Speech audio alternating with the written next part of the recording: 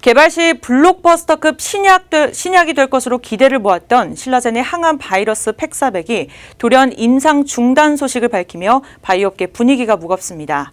신라젠은 지난 주말 긴급 간담회를 통해 새로운 적응증으로 임상을 진행하겠다고 밝혔습니다. 한편 얼마 전 예상이 못 미치는 결과를 내놓으며 이른바 HLB 쇼크를 일으켰던 HLB도 리보세라닙에 대한 새로운 진행 방향에 대한 계획을 내놨습니다. 제약업계에 연이어 터진 악재, 과연 극복할 수 있을까요? 산업부 박경영 기자와 자세히 이야기 나눠보도록 하겠습니다. 네, 박 기자, 신라젠 이야기부터 나눠보도록 하겠습니다. 임상 중단 소식으로 연일 업계가 시끄러운 상황인데요.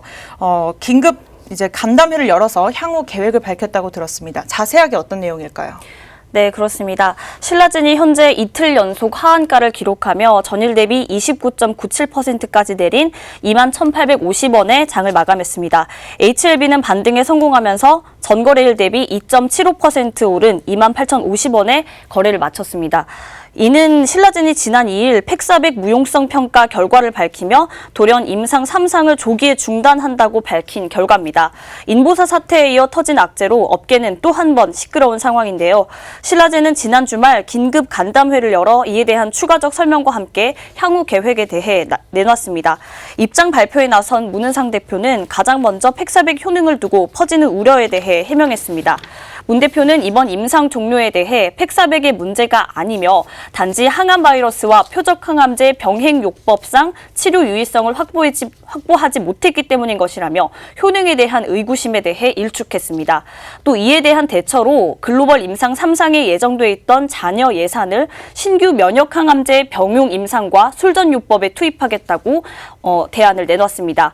즉 간암 관련 임상은 종료하지만 팩사백을 이용한 또 다른 병용 임상을 통해 다른 암종 적응증으로 임상에 돌입하겠다는 대안을 제시한 겁니다. 비록 저희가 간암에서 3상에서 조기 중단이 됐다고 하지만 저희가 진행하고 있는 신장암, 그 다음에 미국 국립암센터에서 진행하는 대장암, 그 이외의 나머지 여러 가지 암들을 생각할 때 상업화 성공 가능성 측면에서 볼 때 저희 회사가 신라젠이 글로벌하게 아직도 상위 3위 안에 든다고 저는 자신하고 있습니다. 네, 쉽게 말해서 팩사백의 효능 여부를 간암이 아닌 신장암과 대장암 대상으로 빠르게 입증하겠다는 뜻입니다. 네, 팩사백의 문제가 비단 회사의 문제만은 아닐 것 같은데요. 이 신라젠 전환사채를 인수했던 증권사 또한 위험을 안게 됐습니다. 상황이 어떻습니까? 네, 말씀하신 것처럼 이번 신라젠의 임상 중단 여파가 증권사로도 번지고 있습니다. 바로 키움증권이 신라젠의 전환사채 발행을 주도했고 또 자체 보유한 물량도 있는 것으로 알려지면서 이에 대한 여파에도 이목이 쏠리고 있습니다. 관련해 장민선 기자가 준비한 리포트 보고 마저 이야기 나누시겠습니다. 신라젠 팩사백 임상 3상 중단 소식의 불똥이 키움증권으로 향하고 있습니다.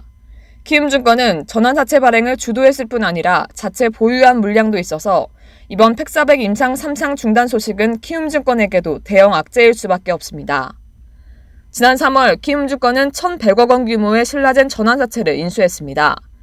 전환사채는 채권처럼 이자를 받다가 주가가 미리 약속한 가격에 다다르면 이를 주식으로 전환할 수 있는 권리가 붙은 채권을 뜻합니다.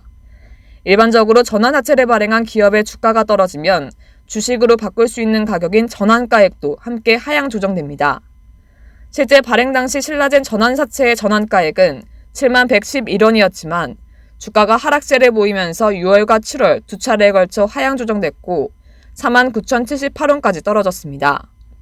신라젠 주가가 49,078원 이상으로 올라가지 않는 한 투자자가 전환사채로 수익을 내기는 불가능합니다. 3상 실패 소식이 있던 지난 금요일 신라젠 주식은 31,000원대까지 폭락했습니다.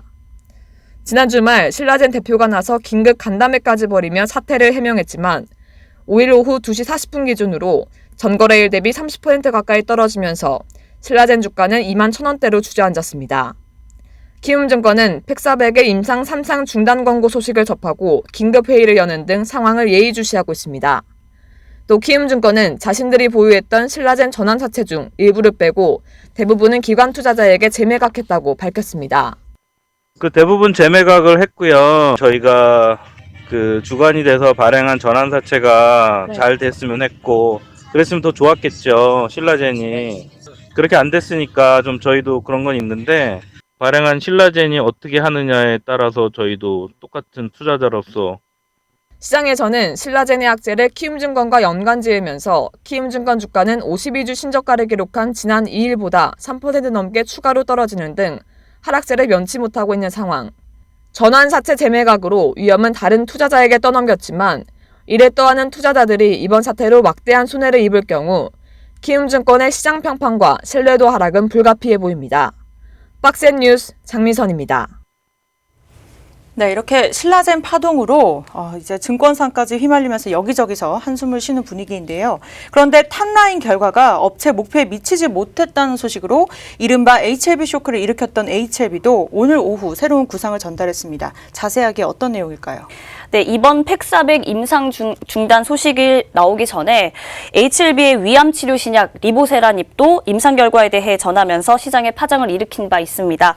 두 업체 모두 새로운 돌파구에 대해 개진을 시작했는데요.